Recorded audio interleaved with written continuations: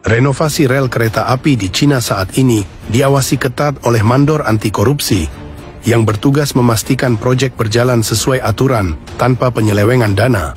Dalam upaya mempercepat modernisasi transportasi, pemerintah mengandalkan sistem pengawasan ketat ini untuk mencegah korupsi, menjamin kualitas pekerjaan, serta menjaga integritas anggaran, guys.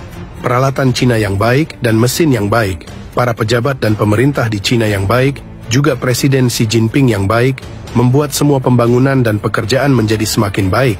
Hasilnya pula menjadi yang terbaik. Berbeda dengan di Indonesia, guys. Pekerjaan semakin sulit, para pemerintah banyak yang korupsi, pejabat tinggi banyak yang korupsi, dari RT dan lurah sampai tertinggi sukanya korupsi, pembangunan semakin banyak yang buruk, kemiskinan rakyat di mana-mana, semua disebabkan karena para pemimpin yang busuk, guys.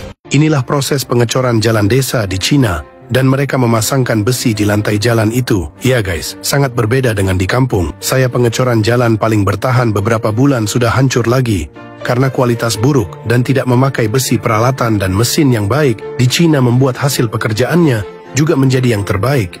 Tidak seperti di Indonesia, pembangunan banyak yang buruk, kualitas banyak yang buruk. Semua disebabkan karena kelakuan pejabat yang busuk, guys. Inilah jembatan kereta api Qinglong berkecepatan tinggi di Guizhou, Tiongkok, melintasi sungai Beipanjiang dengan ketinggian sekitar 295 meter di atas tanah. Jembatan ini merupakan salah satu jembatan tertinggi di dunia, dirancang untuk mendukung kereta api berkecepatan tinggi, guys. Ini adalah jalan layang yang paling rumit di kota Guiyang, Cina. Siapapun yang pertama kali berkendara di sini, siap-siaplah untuk berputar-putar dibikin pusing oleh jembatan bertingkat di kota ini. Apakah kalian mau coba, guys? Di Cina sedang dibangun jembatan yang menakjubkan dengan ketinggian mencapai 625 meter.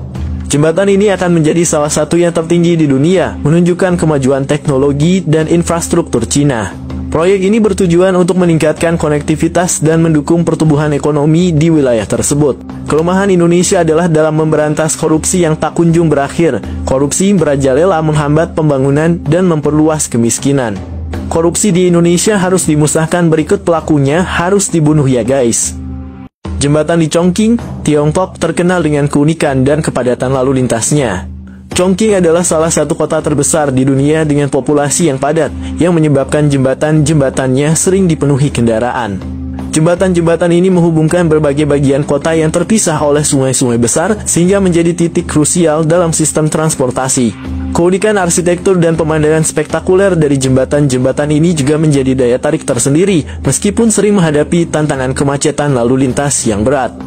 Pembangunan awal jembatan gantung di Cina melibatkan pemasangan tiang pancan yang kokoh sebagai fondasi. Kabel baja yang kuat kemudian dipasang untuk menopang struktur jembatan. Dari kejauhan menggunakan kamera drone, para pekerja terlihat kecil saat mereka sibuk menyusun komponen-komponen tersebut dengan presisi tinggi, menunjukkan skala besar dan kerumitan proyek ini. Dan di Indonesia, keroposnya bangunan jembatan dan jalan tol seringkali disebabkan oleh korupsi dalam proses konstruksi. Material yang digunakan berkualitas rendah dan spesifikasi teknis tidak dipenuhi. Akibatnya, infrastruktur ini tidak bertahan lama dan menjadi rawan kecelakaan, mengancam keselamatan para pengguna jalan. Di Cina, koruptor yang terbukti bersalah seringkali dijatuhi hukuman mati.